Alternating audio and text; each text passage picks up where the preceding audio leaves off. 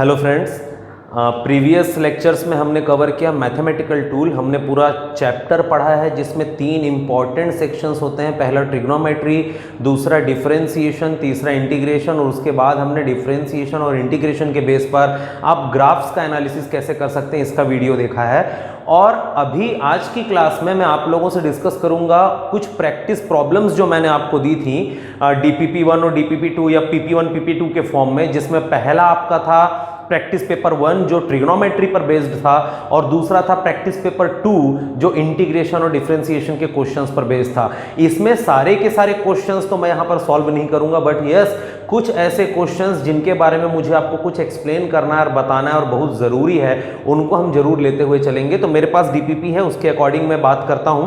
सबसे पहले PP1 के क्वेश्चंस हम सॉल्व करते हैं। प्रैक्टिस पेपर 1 जो ट्रिग्नोमेट्री पर बेस्ड था, इसमें आप देखेंगे क्वेश्चन नंबर 1 2 3 सेम पैटर्न पे बने, पर उसमें से भी मैं एक उठा लेता हूं। क्वेश्चन नंबर 2 ले लेते हैं। cos -60 की वैल्यू हम कैसे फाइंड करेंगे? तो cos -60 और एक और क्वेश्चन है, क्वेश्चन नंबर 1 sin -30। तो मैंने आप लोगों से पहले ही बोला हुआ है कि cos -θ इज इक्वल्स टू होता है प्लस cos θ, और sin -θ इज इक्वल्स टू होता है माइनस sin θ। ये दो फॉर्मूले अगर आपको याद है तो नेगेटिव एंगल से रिलेटेड कोई भी क्वेश्चन आप आराम से बना सकते हैं। cos -60 फॉर्मूले के अकॉर्डिंग होगा या cos 60, और cos 60 कितना होता है 1/2, आपका आंसर आ गया। sin -30 होगा माइनस sin 30, ये होगा -1/2। तो इस तरीके से आप इसको सॉल्व कर सकते हैं। इजी अप्रोच है, नेगेटिव एंगल्स दिए रहे तो cos या sin का ध्यान रखें। अगर आपको डाउट आता है कि सर tan -30 देता तो कैसा करते, इसका तो कोई फॉर्मूला आपने नहीं बताया, तो याद रखिए tan -30 को आप लिख सकते हैं sin -30 डिवाइड बाय cos -30, क्योंकि tan θ इज इक्वल्स टू होता है sin θ बाई cos θ। तो इस तरीके से sin -30 इज इक्वल्स टू आएगा -1/2, और cos -30 हो जाएगा cos 30, और cos 30 होता है √3/2, तो आंसर आएगा -1/√3। तो tan से रिलेटेड आप इस तरीके से रेशियो निकाल सकते हैं। तो 3 ट्रिग्नोमेट्रिक रेशियोज इस तरीके से निकलेंगे, और बाकी 3 इनका रेसिप्रोकल है, तो कोई दिक्कत वाली बात नहीं है। ऐसी एक और क्वेश्चन हमारे पास है जो एंगल्स 90 डिग्री से ऊपर के हैं। जैसे यहां पर क्वेश्चन नंबर 3 में मैं जाता हूं तो उसमें है sin 2tan, sin 2tan की वैल्यू आपसे पूछी गई है। और sin 2tan हम डायरेक्टली पढ़ते नहीं, क्योंकि हमने जो चार्ट बनाया है उस चार्ट में हम 0 degree, 30 degree, 45 degree, 60 degree and 90 degree इतने के लिए स्टडी किया। तो 2tan को हम कैसे निकालें? ध्यान से देखिएगा, 2tan को आप 90 प्लस या 180 प्लस या 270 प्लस माइनस या 360 प्लस माइनस से रिलेट करके देखिए। सबसे इजीएस्ट अप्रोच है कि आप 2tan को लिख सकते हैं sin 270 -60, 2tan बनेगा ये। या दूसरा तरीका है sin 180 प्लस 30, दोनों ही तरीकों से 2tan आता है। 270 -60, अब आपको पता है कि हम एक रिलेशन जानते हैं कि 90 is equals to -270 plus 90 is equals to -270, या +270 is equals to -90।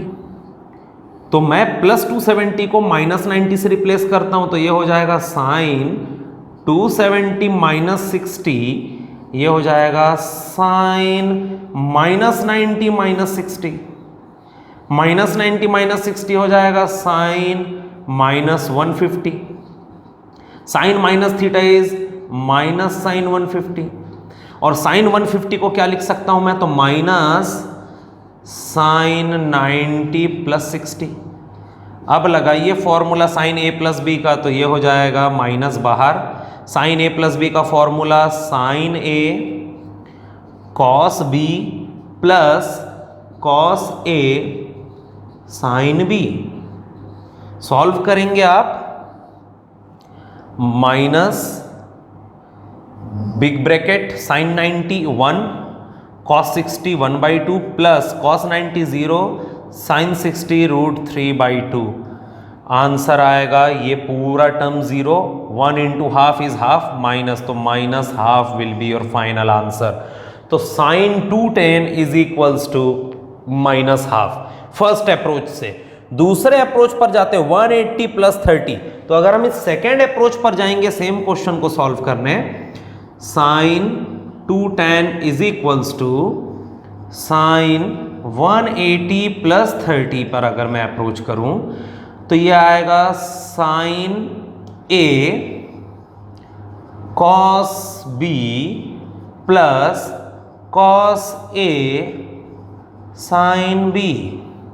Sign 180 0 into √3/2 plus cos 180 -1 into 1/2, answer आया -1/2 same.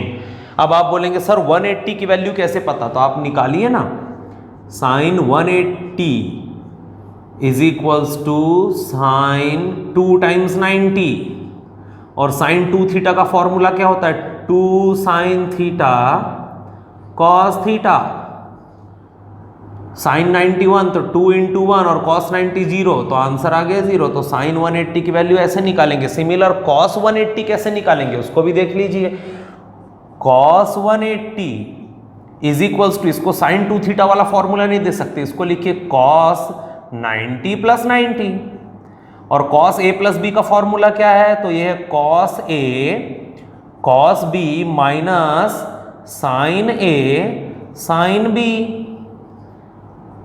0 into 0 -1 into 1, answer is -1। तो साइन 180 0 और cos 180 -1, यहां जो मैंने वैल्यूज को रखा है। तो इस तरीके से आप निकाल सकते हो डिफरेंट एंगल्स की वैल्यू। ये है टाइप 1 कि अगर नेगेटिव एंगल्स आपको ट्रिग्नोमेट्रिक रेशियोज के अंदर दिए जाएं या फिर आपको 90 से बड़े एंगल्स दिए जाएं तो आप उनको कैसे फाइंड करेंगे।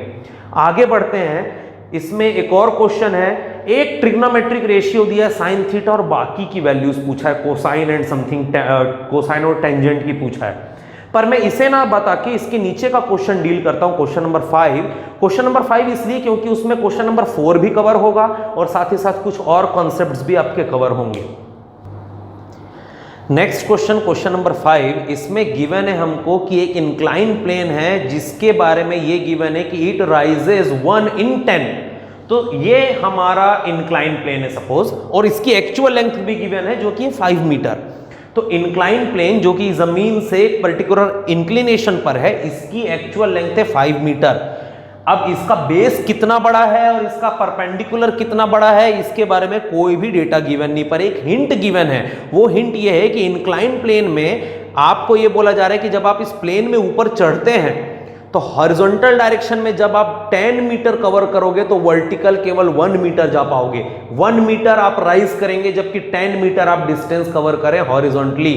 तो इस डेटा के अकॉर्डिंग मैं एक छोटा राइट एंगल ट्राइंगल कंस्ट्रक्ट करूं जिसका परपेंडिकुलर 1 और बेस 10 ले लूं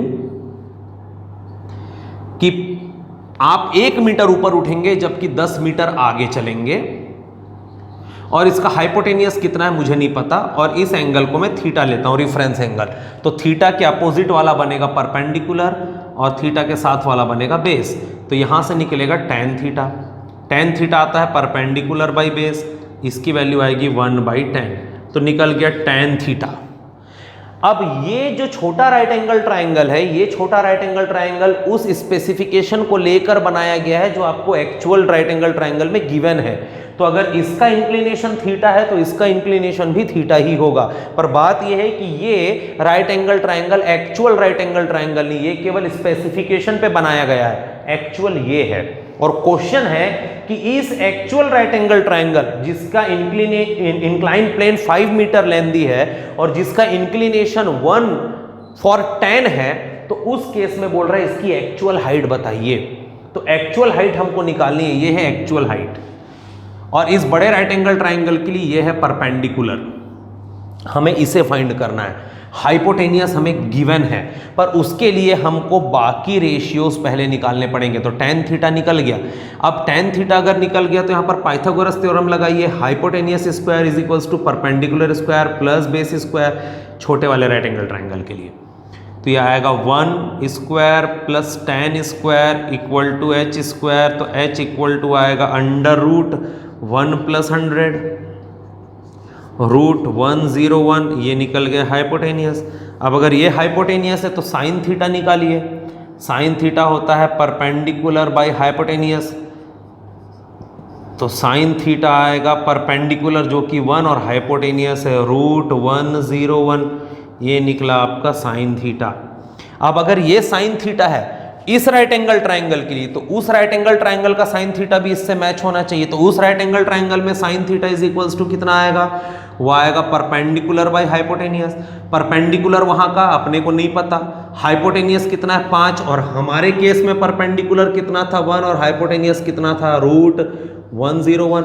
सॉल्व करेंगे इसको यहाँ और उसको वहाँ सेंड करके, तो ये होगा root 101/5 is equals to 1/h, और h इक्वल टू 5/√101 मीटर्स, ये रहेगी एक्चुअल हाइट। तो आपने देखा गिवन स्पेसिफिकेशंस को यूज करके मैंने tan थीटा फाइंड किया, tan थीटा से मैंने साइन निकाला, कैसे हाइपोटेनियस की वैल्यू फाइंड करके पाइथागोरस थ्योरम से। और जब मेरे को परपेंडिकुलर बेस और हाइपोटेनियस तीनों पता चल गए तो मैं पूरे के पूरे 6 ट्रिग्नोमेट्रिक रेशियोज निकाल सकता हूं।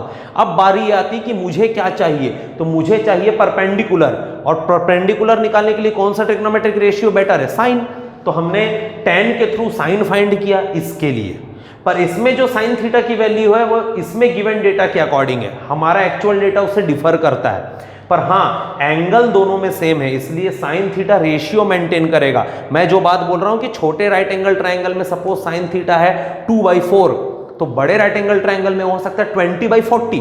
2/4 का रेशियो 1/2 होता है, 20/40 का रेशियो भी 1/2 होता है। रेशियो सेम रहेगा, भले ही साइज लार्ज हो या स्मॉल, रेशियो सेम रहेगा। तो स्मॉल राइट एंगल ट्रायंगल के लिए जो साइन थीटा है, इस बड़े राइट एंगल ट्रायंगल के लिए भी sine theta same value hold करना चाहिए रेशियो में। इसलिए हमने यहां से फाइंड की गई वैल्यू को इस वैल्यू से कंपेयर किया और h की वैल्यू फाइंड की। इस तरीके से क्वेश्चन नंबर 5 आपका सॉल्व होगा। हेलो फ्रेंड्स, नया जो हमारा टॉपिक है, या यूं कहें कि नए प्रैक्टिस क्वेश्चंस जो आपकी PP2 था उसके कुछ क्वेश्चंस मैंने यहां पर लिए हैं, और ये क्वेश्चंस पूरे डिफरेंशिएशन बेस्ड है। वैसे तो प्रैक्टिस के लिए बहुत सारे क्वेश्चंस मैंने आपको PDF में दिए, पर उनमें से कुछ सिलेक्टेड क्वेश्चन, हर एक क्वेश्चन से एक एक कैटेगरी का मैंने उठाया, तो ध्यान से देखिए कि कैसे सॉल्व करेंगे। स्पेशली इन सॉल्यूशंस में हम देखेंगे फंक्शन इनसाइड फंक्शन। मैंने आपको डिफरेंशिएशन के जितने फॉर्मूले डिस्कस किए थे, अगर वो फॉर्मूले आपको याद हैं तो आप इनको आराम से डील कर सकते हैं। कैसे करना है वो मैं बताऊंगा। और उसके अलावा एक और टेक्निक है कि जब एक फंक्शन के अंदर दूसरा फंक्शन रहे तो हम उसको कैसे सॉल्व करेंगे, वो भी यहां पर देखने लायक बात है। तो चलिए स्टार्ट करते हैं फर्स्ट क्वेश्चन से। पहला क्वेश्चन है, फर्स्ट क्वेश्चन का first, y is equals to, y actual में हमने फंक्शन का नाम दिया हुआ है कि f ऑफ x को सिंप्लीफाइड वे में हम y लिखते हैं, तो y is equals to pi square. तो पहला सॉल्यूशन देखते हैं, ये है y is equals to pi square, और हमें फाइंड करना है dy बाई dx। तो ये हो जाएगा D by d x of pi square, और पाई एक कांस्टेंट है और कांस्टेंट का डिफरेंशिएशन हमेशा जीरो आता है, इसलिए जब भी कांस्टेंट टर्म्स गिवन हो तो आपका डिफरेंशिएशन हमेशा जीरो आएगा, चाहे वो कितनी भी बड़ी वैल्यू क्यों ना हो। सेकंड सॉल्यूशन देखते हैं हम। सेकंड है y is equals to root x minus 1/√x। अगर इसे सॉल्व करना है तो कैसे करेंगे, तो सबसे पहले रूट वाले टर्म्स को आप पावर में कन्वर्ट करिए। रूट की मीनिंग होती है पावर हाफ, तो यह आएगा x की पावर हाफ माइनस 1/x की पावर हाफ, और 1/n इज इक्वल्स टू होता है n की पावर -1, इसीलिए ये हो जाएगा y is equals to x to the power half minus x to the power minus half. अब इसको सॉल्व करते हैं, dy बाई dx, तो dy by dx is equals to d by dx x की पावर 1/2 माइनस x की power -1/2। दो terms हैं, आप दो टर्म्स को सेपरेटली डिफरेंशिएट करेंगे तो ये होगा d by d x of x power half minus d by d x of x power minus half. Solve करने पर x की पावर हाफ, तो यहां पर फॉर्मूला कौन सा यूज कर रहे हैं हम, d by d x of x power n, ये होता है n x की पावर n-1। बस इसे हमें यूज करना है। कैसे? n की जगह 1/2 है, तो d by d x x की power n is equals to n x की power n minus 1 minus n x की पावर n माइनस 1। सॉल्व करेंगे 1/2, half minus 1 is minus half, x की power minus half, minus minus plus 1/2, x की power minus half minus 1 add हो जाएगा तो minus 3/2। 1/2 आप common निकालिए तो फाइनल आंसर जो आपका आएगा dy by d x, 1/2 common अंदर होगा, x की power minus half plus x की पावर माइनस 3/2। इसे आप लिख सकते हैं 1/2 1/√x माइनस 1/x³ का रूट। नेगेटिव हाफ मतलब डिनोमिनेटर, और 3/2 को आप लिख सकते हैं 3 इंटू माइनस 1/2। माइनस 1/2 के कारण डिनोमिनेटर में रूट आएगा और 3 मतलब x का क्यूब। इस तरीके से आपका फाइनल आंसर रहेगा क्वेश्चन नंबर 2 का। क्वेश्चन नंबर 3 में जाते हैं। ये सिंपल वेज हैं, आप जितना ज़्यादा, स्पेशली मैं बायोलॉजी के स्टूडेंट्स को बोलूँगा, आप जितना ज़्यादा बाइफरकेट करके डिफ्रेंशिएट करेंगे उतना आपके लिए अच्छा है। शॉर्टकट के पीछे मत भागें जब तक आपकी प्रैक्टिस अच्छी नहीं हो जाती। थोड़ा सा लेंदी हो सकता है, थोड़ा सा टाइम टेकिंग होगा, कुछ सेकेंड्स ज़्यादा लगेंगे, पर आपका आंसर सही निकलेगा।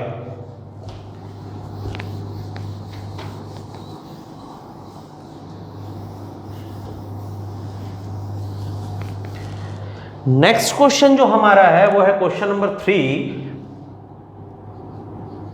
y is equals to 3x to the power 5/2। Simple है, dy by d x find करना है। ये होगा d by d x 3x to the power 5/2। ये कांस्टेंट इनटू फंक्शन, तो जब भी कांस्टेंट इनटू फंक्शन कांस्टेंट बाहर आएगा, d by d x x की power 5/2। Same formula 3n x की पावर n माइनस 1। तो सॉल्व करेंगे 3 5 15/2 x की पावर 3/2। ये आपका final answer dy by d x. Question number 3। Question number 4 में जब आप जाएंगे, ये थोड़ा सा लेंदी है पर अच्छा है। Question number 4, y is equals to 5x² plus 6 into 2x³ plus 4, 2x³ plus 4। Bracket open करके पहले मल्टीप्लाई करिए। तो ब्रैकेट ओपन करके पहले मल्टीप्लाई करेंगे। इसको सॉल्व करने के दो तरीके हैं। पहला तरीका, आप मल्टीप्लीकेशन रूल या प्रोडक्ट रूल लगाइए, इसे फर्स्ट टर्म उसे सेकंड टर्म मानिए, या फिर उससे इजीएस्ट अप्रोच है कि आप इसको ब्रैकेट ओपन करके पहले सॉल्व कर लीजिए। तो कुछ 3 to 4 टर्म्स आपको मिलेंगे, उन टर्म्स को सेपरेटली आप डिफरेंशिएट करिएगा, ज्यादा इजी वे में आपका आंसर आएगा। तो फर्स्ट टर्म का फर्स्ट टर्म से प्रोडक्ट 5 2 10 x की power 5 plus 5 4 20 x² plus 6 2 12 x³ plus 6 4 24। ये आई y की वैल्यू। अब फाइंड करेंगे dy बाई डी एक्स। तो ये होगा d by d x first term 10x की power 5 plus d by d x second term 20x² plus d by d x third term 12x³ plus d by d x fourth term 24। और अगर हम बारी बारी से चारों terms को differentiate करेंगे तो यहां से 10 बाहर,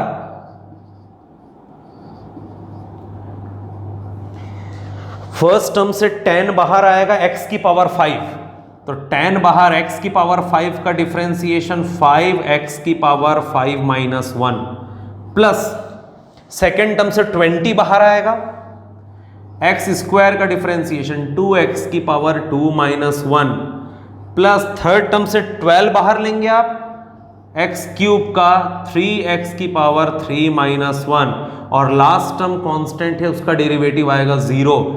10 5 50 x की power 4 plus 40x plus 36x²। इसमें आप कॉमन x निकाल लें तो अंदर बचेगा 50x³ प्लस 36x प्लस 40। ये आपका dy/dx की वैल्यू है। ये क्वेश्चन नंबर 4। 5th में आप जाएंगे तो यहां से स्टार्ट होता है फंक्शन इनसाइड फंक्शन। अगर आपने इसे अच्छे से देख लिया है तो मैं इसे रफ करके आगे बढ़ूंगा।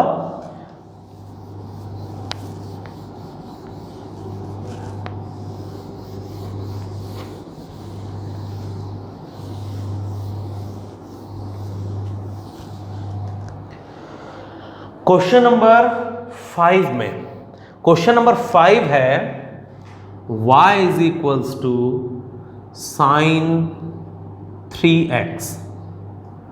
अभी मुझे बताइए हमारे पास जो फॉर्मूला अवेलेबल है डिफरेंशिएशन का वो क्या है?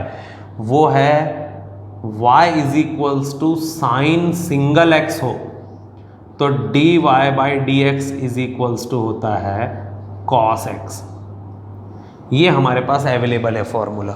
पर हमने क्या कभी साइन x के फंक्शन के फॉर्म में पढ़ा है? यहां पर दो फंक्शंस हैं।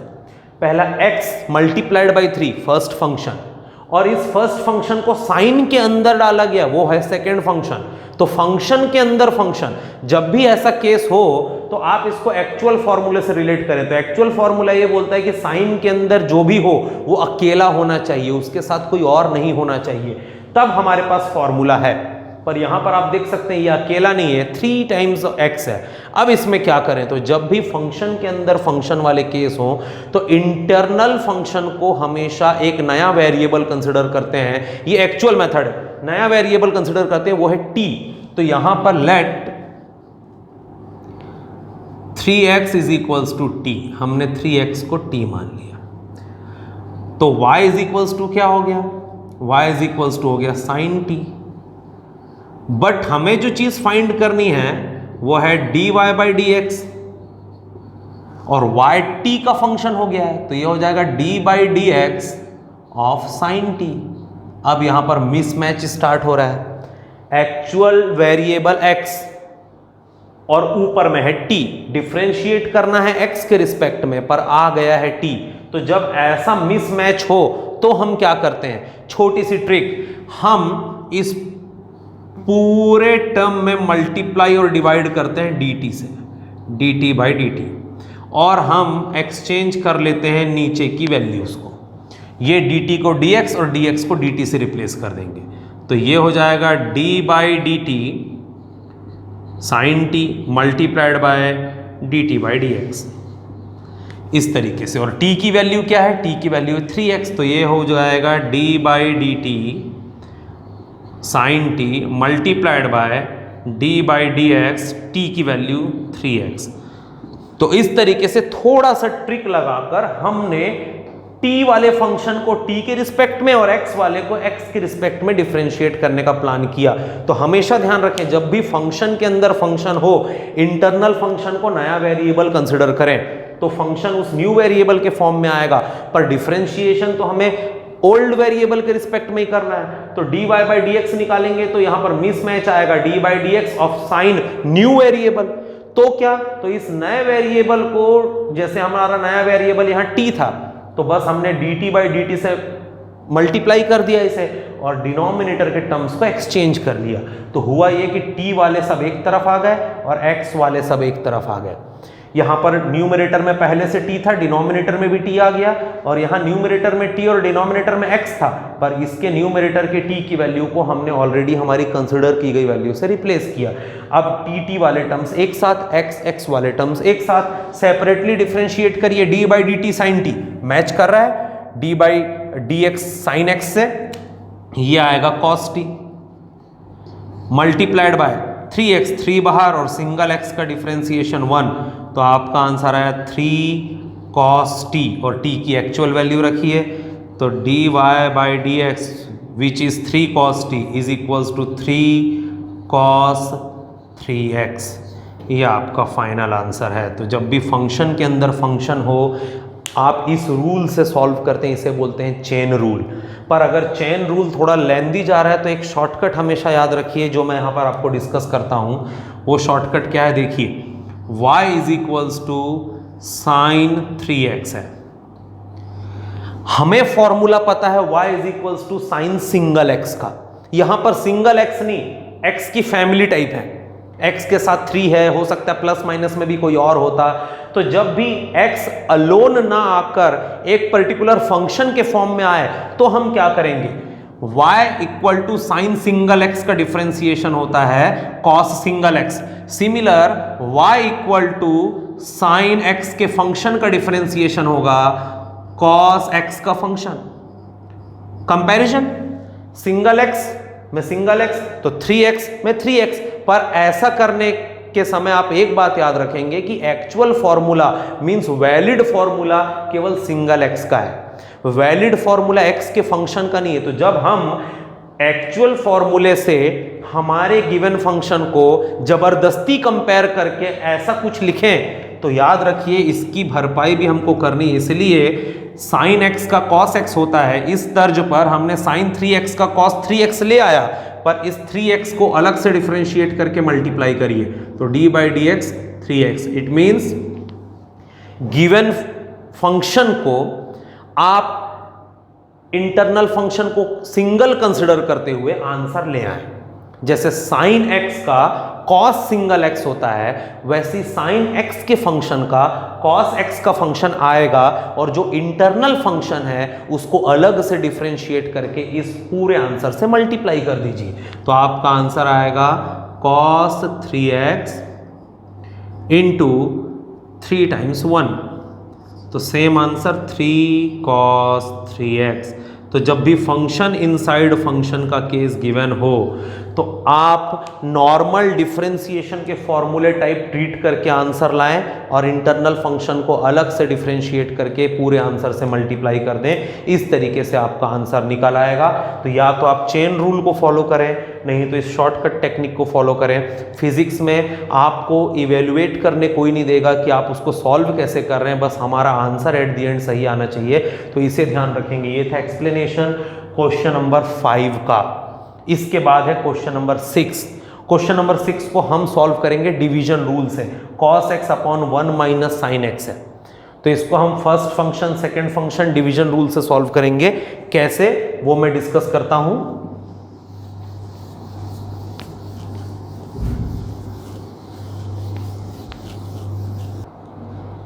नेक्स्ट क्वेश्चन है हमारा क्वेश्चन नंबर 7। क्वेश्चन नंबर 7 का second, y is equals to cos x upon 1 minus sine x।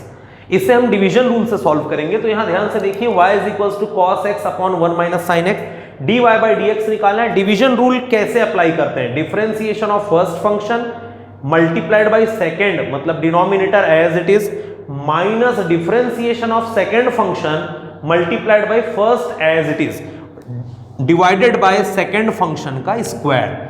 आगे बढ़ेंगे, cos x का differentiation minus sine x multiplied by 1 minus sine x, minus का माइनस एज इट इज, 1 का differentiation 0, sine x का cos x, तो 0 minus cos x multiplied by cos x divided by 1 minus sine x का whole square. आगे इसको bracket खोल के अंदर मल्टीप्लाई करते हैं, minus sine x into 1 is minus sine x, minus sine x into minus sine x plus sine square x, minus into minus plus cos x into cos x cos square x, तो minus sine x plus sine square x plus cos square x upon 1 minus sine x का whole square. Solve करने पर sine square x plus cos square x होता है 1, तो minus sine x plus 1 upon 1 minus sine x का whole square, या इसे लिख सकते हैं 1 minus sine x upon 1 minus sine x का whole square. Numerator denominator same terms है, एक कैंसिल होगा, बचेगा 1 अपॉन 1 माइनस साइन x। ये है आपका final dy by dx question number 7 division rule से कंप्लीट सॉल्यूशन के साथ। नेक्स्ट है क्वेश्चन नंबर 8। थोड़ा सा अलग है ये, क्योंकि इसमें दो फंक्शन गिवन है। पहला फंक्शन गिवन है आपको x as a function of theta, दूसरा फंक्शन गिवन है y as a function of theta. तो आपको दो सेपरेट वैल्यू गिवन है, x थीटा के टर्म्स में गिवन है a theta plus sine theta, y भी थीटा के टर्म्स में गिवन है a 1 माइनस कॉस थीटा, और आपको पूछ रहा है dy बाई dx। अब इसे आप कैसे सॉल्व करें? तो देखिए dy बाई dx चाहिए, पर उसके पहले मुझे ये देखना x और y दोनों सेपरेट वैल्यूज हैं और y x पर डिपेंड नहीं कर रहा है, x y पर डायरेक्टली डिपेंड नहीं कर रहा है। तो हम पहले इन दोनों गिवन फंक्शंस को थीटा के टर्म में डिफरेंशिएट करते हैं। तो हम x को निकालते हैं dx बाई डी थीटा, तो dx by d theta is equals to a बाहर, या इसको मैं लिखूं d by d theta, x की value a theta plus sine theta, a बाहर हो जाएगा,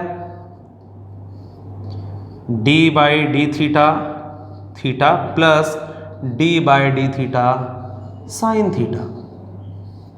सॉल्व करेंगे, a बाहर ही है, सिंगल थीटा का डिफरेंशिएशन 1 प्लस साइन थीटा का होता है कॉस थीटा। तो इस तरीके से निकल गया dx by d theta, equation number 1। Second हम निकालते हैं y, dy by d theta, तो dy बाई डी थीटा होगा d by d theta of a 1 minus cos theta. Solve करेंगे इसे, a बाहर, d by d theta of 1 minus d by d theta of cos theta. a 1 का differentiation 0 minus cos का आएगा minus sine theta. Solve करने पर dy by d theta is equals to minus minus plus a sine theta, equation number 2। तो dx by d theta हमारे पास है, dy by d theta भी हमारे पास है। अब हमें चाहिए dy बाई dx, तो मैं इक्वेशन 2 डिवाइड बाई इक्वेशन 1 करूं। इक्वेशन 2 क्या है? dy by d theta divide by dx by d theta. इस तरीके से dy बाई डी थीटा की value a sine theta, dx by d theta की वैल्यू आएगी मेरे पास a 1 plus cos theta.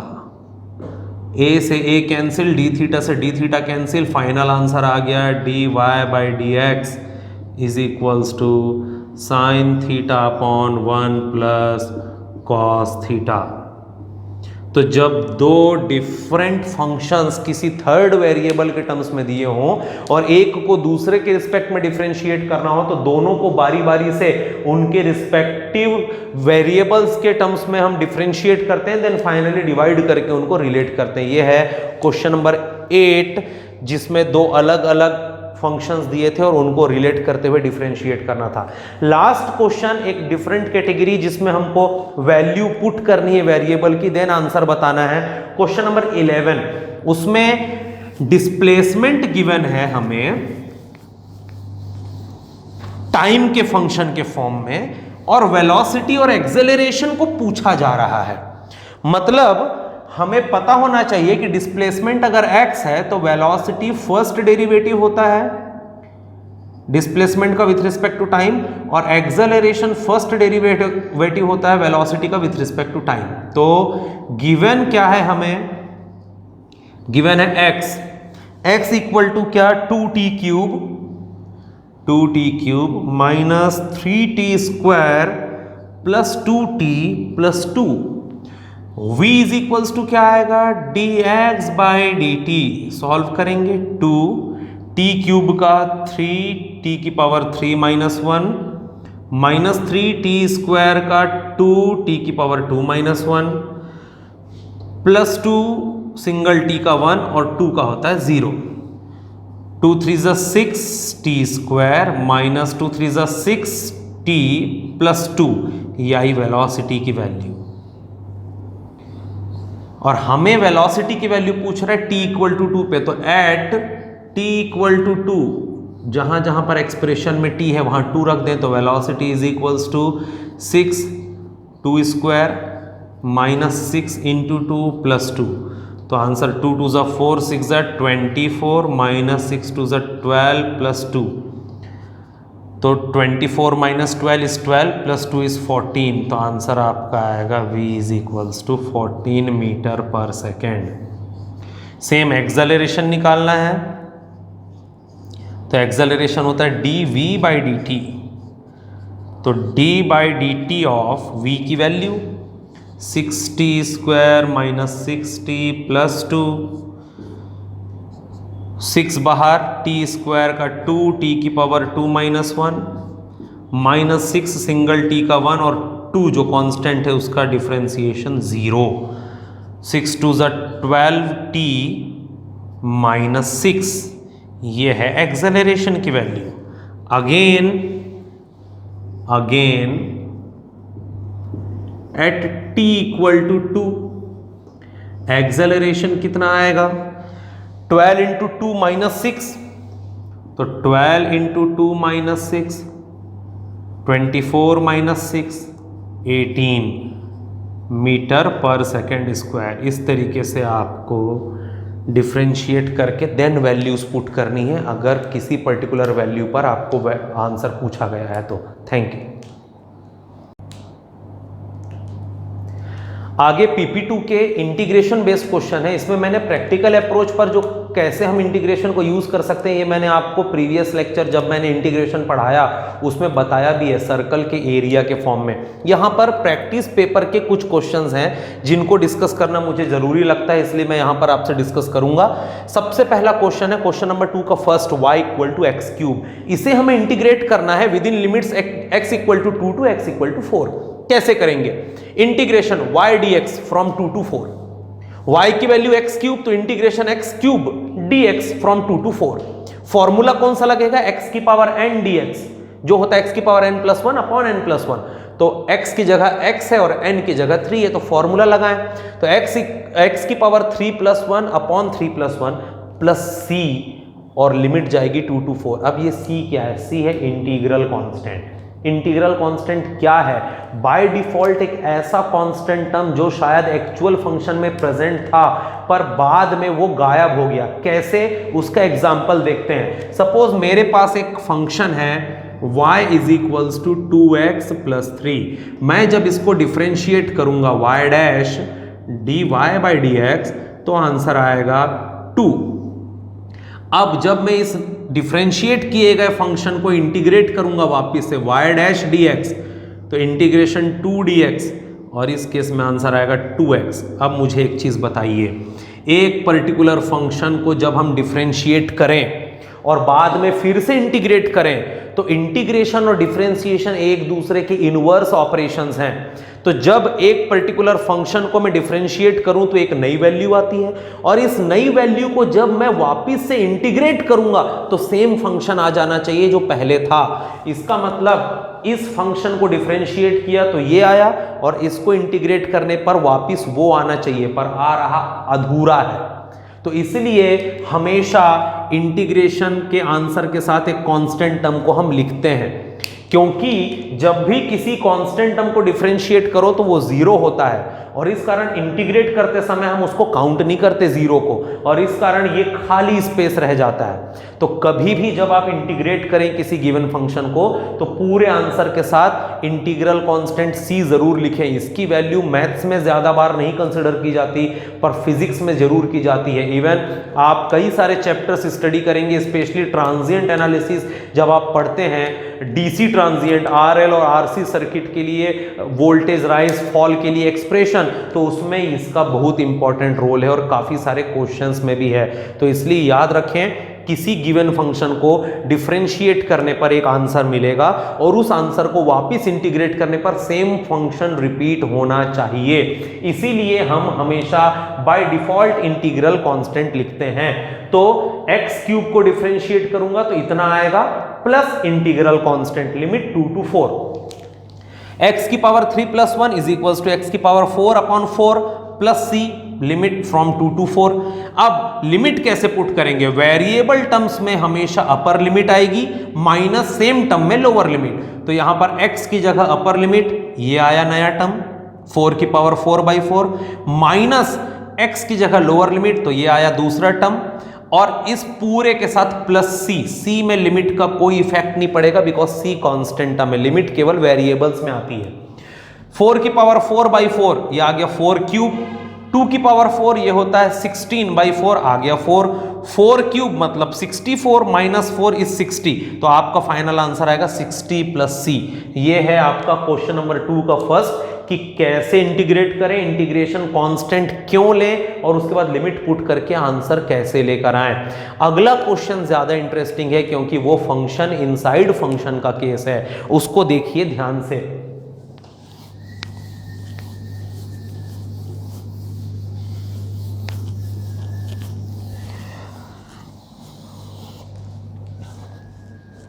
Next question हमारे पास है क्वेश्चन नंबर फर्स्ट का थर्ड, क्वेश्चन नंबर फर्स्ट का थर्ड क्या है, ये है y is equals to under root 3x minus 4 का क्यूब। इसको हम सिंप्लीफाइड पैटर्न पे लिखते हैं 3x माइनस 4 पूरे की पावर 3 और उसकी भी पावर 1/2, बिकॉज रूट की मीनिंग होती है 1/2। इस तरीके से फंक्शन हो गया 3x माइनस 4 होल पावर 3/2, ये आया हमारा फंक्शन। अब इस फंक्शन को हमें इंटीग्रेट करना है, तो integration y dx, integration 3x minus 4 की पावर 3/2 इंटू dx। अब देखिए ये फंक्शन इनसाइड फंक्शन कैसे है, हमें दो फॉर्मूले पता है, पहला केवल 3x माइनस 4 को कैसे इंटीग्रेट करें, और दूसरा एक सिंगल टर्म की पावर गिवन हो तो उसको कैसे हम इंटीग्रेट करें। तो सिंगल टर्म की गिवन पावर को कैसे इंटीग्रेट करें हमें पता है, और या तो इसकी पावर नहीं होती तो इनको सेपरेट कैसे इंटीग्रेट करें वो पता है, पर यहां पर x का पूरा फैमिली है, मींस x का एक फंक्शन है और उस पूरे फंक्शन की पावर है। अब इसके साथ हम डील कैसे करेंगे, तो जब भी ऐसा केस आए इंटरनल फंक्शन को एक नया वेरिएबल कंसिडर करें, सेम जो डिफरेंशिएशन में करते थे। तो लेट नया variable is equals to internal function 3x minus 4। तो इसीलिए इंटीग्रेशन y dx की वैल्यू क्या आएगी, t dx।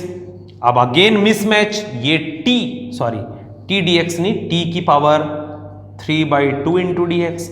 अगेन मिसमैच, ये t और वो x, ऐसा कभी भी नहीं हो सकता। अगर ये t है तो वो भी t होना चाहिए, और ये x है तो वो भी x होना चाहिए।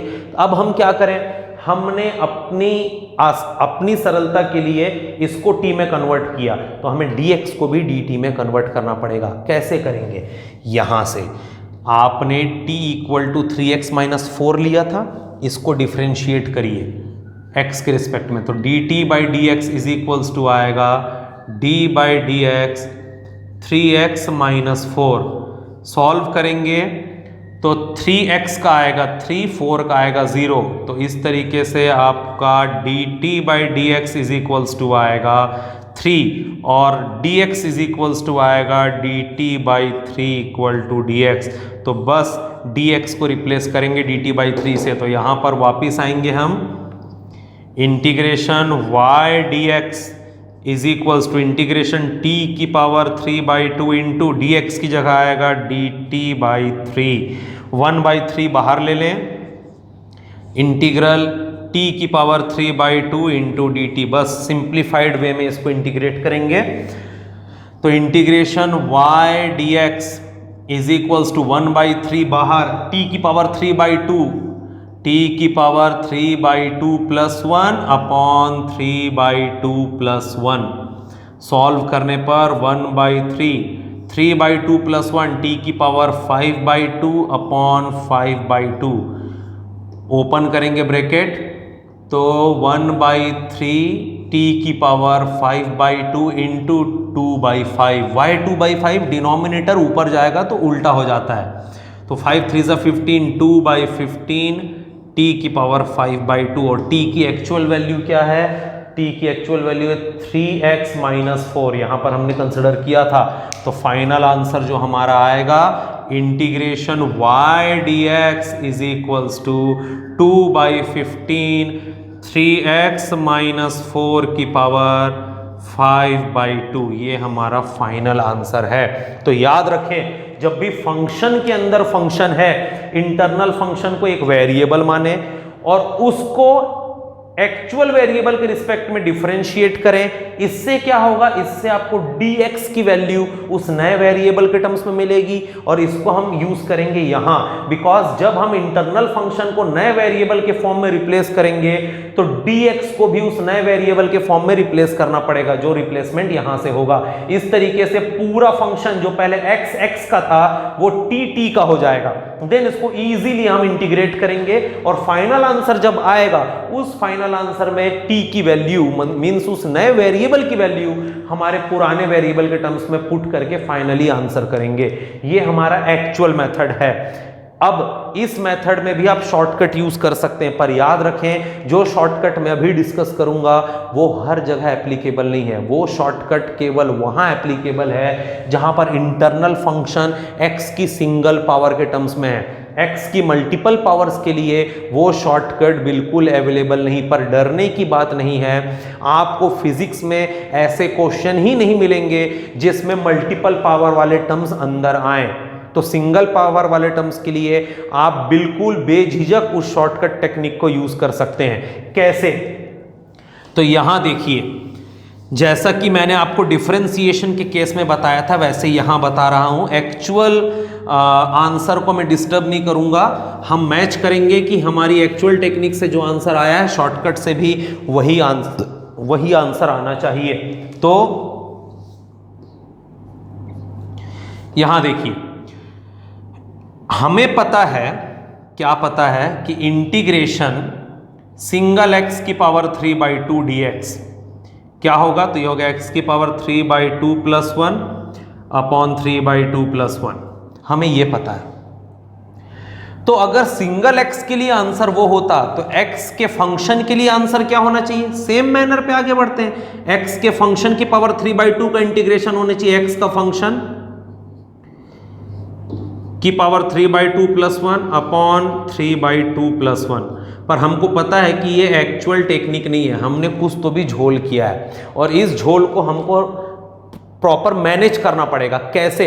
डिफरेंशिएशन में सिंगल x वाले फॉर्मूले को x के फंक्शन पे लगाते थे और उसके बाद उस फंक्शन को, इंटरनल फंक्शन को अलग से मल्टीप्लाई कर देते थे हमारे डिफरेंशिएट करके आंसर के साथ में।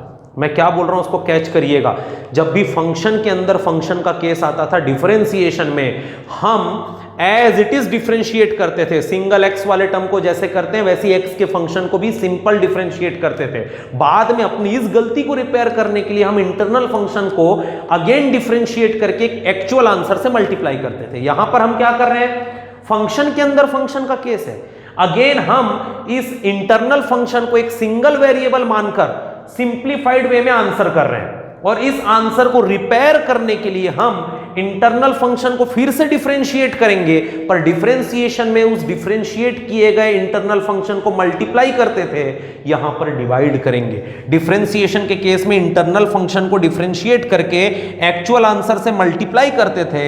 इंटीग्रेशन में इंटरनल फंक्शन को डिफरेंशिएट करके एक्चुअल आंसर से डिवाइड करेंगे। डिफरेंशिएट करना है पर डिवाइड करना है, मल्टीप्लाई नहीं करना है। तो आगे बढ़ेंगे। 3x minus 4 power 5/2 divide by 5/2 whole divide by d/dx। 3x minus 4 करेंगे तो 3 आएगा, सॉल्व कर लें तो आएगा 3x minus 4 power 5/2 whole divide by 5/2/3 5/2/3। तो ये एक्चुअल में हो जाएगा 15/2। उल्टा करेंगे तो 2/15। 3x माइनस 4 पावर 5/2 ये आपका फाइनल आंसर है। तो शॉर्टकट टेक्निक से भी वही आ रहा है जो वहाँ ध्यान रखने वाली बात यह है, फंक्शन इनसाइड फंक्शन के केस में डिफ्रेंशिएट करते समय आप इंटरनल फंक्शन को एक सिंगल टर्म मानते हुए डिफ्रेंशिएट करें और बाद में उस इंटरनल फंक्शन को डिफ्रेंशिएट करके मल्टीप्लाई कर दें एक्चुअल आंसर से। इंटीग्रेशन में फंक्शन इनसाइड फंक्शन के केस में इंटरनल फंक्शन को सिंगल टर्म मानते हुए इंटीग्रेट करें और बाद में उस इंटरनल फंक्शन को डिफरेंशिएट करके डिवाइड करें एक्चुअल आंसर से। पर इंटीग्रेशन में ये वाली टेक्निक केवल वहीं वैलिड है जहां पर इंटरनल फंक्शन x की सिंगल पावर के टर्म्स में हो। अगर मल्टीपल पावर के टर्म्स में जाएगा तो आप इसे यूज नहीं कर सकते, बट फिजिक्स में हायर ऑर्डर टर्म्स अवेलेबल नहीं होंगे, इसलिए आप इस टेक्निक को यूज कर सकते हैं। ये हमारा क्वेश्चन नंबर 2 है, एक्चुअल में फर्स्ट क्वेश्चन का थर्ड है ये, और लास्ट एक लिमिट वाला क्वेश्चन है कॉस के साथ, उसको देखते हैं। अगर आप ये समझ चुके हैं तो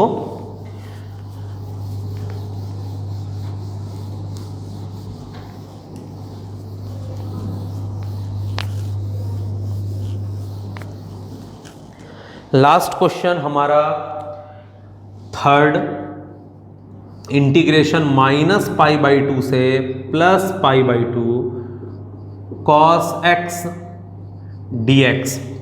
सिंपल है ये, cos x का होता है sin x इंटीग्रेशन में। लिमिट -π/2 से +π/2 पुट करें, sine upper limit minus sine lower limit, sine minus theta होता है माइनस साइन थीटा, तो sine π/2 minus of minus sine π/2, minus minus plus sine π/2 plus sine π/2, sine 90 होता है 1, तो 1 + 1 आपका आंसर आएगा 2। इस तरीके से आप ट्रिग्नोमेट्रिक टर्म्स को भी इंटीग्रेट करके लिमिट लगा के सॉल्व कर सकते हो। लिमिट लगाते समय ध्यान रखें अपर माइनस लोअर करना है। और दूसरी बात, ट्रिग्नोमेट्री के कुछ रिलेशंस जरूर ध्यान रखें कि साइन नेगेटिव एंगल क्या होता है और कॉस नेगेटिव एंगल क्या होता है। Thank you.